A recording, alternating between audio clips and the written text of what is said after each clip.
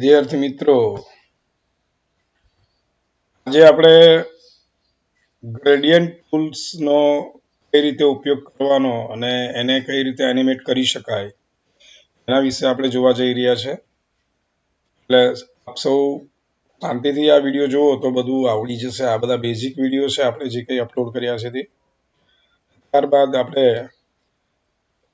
Animation આગળ જઈશું. જેમ જેમ પાઠ આગળ બીજા ચાલશે તેમ તેમ. અત્યારે આપણો આ જે બીજો પાઠ ચાલે છે એને માટે જ આ વસ્તુ છે.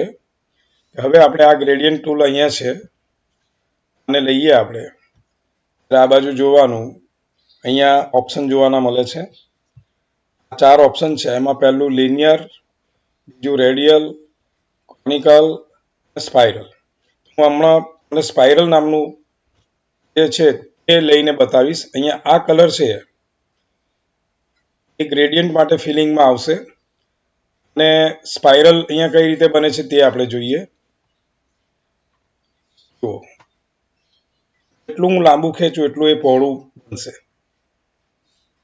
આ લંબાઈ છે ને અહીંયાથી અહીંયા સુધીની એ પહોળું ખેંચવાથી નક્કી થયું છે.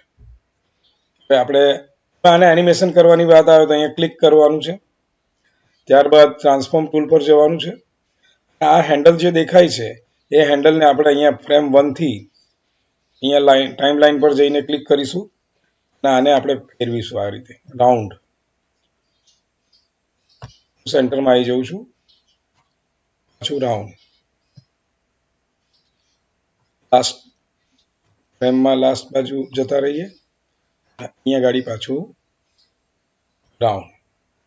હવે એનિમેશન મોડ ઓફ કરી દઈએ. અહીંયા પ્રિવ્યુમાં તમે જુઓ 5 સેકન્ડનું આપણું એનિમેશન તૈયાર થઈ ગયું છે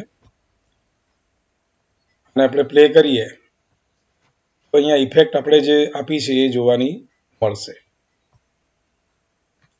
ફરે છે, જો તમને અનુભવ થઈ રહ્યો હશે કે ગોળ ગોળ ફરે છે. ચાલો આપણે હવે બીજા પર જઈશું.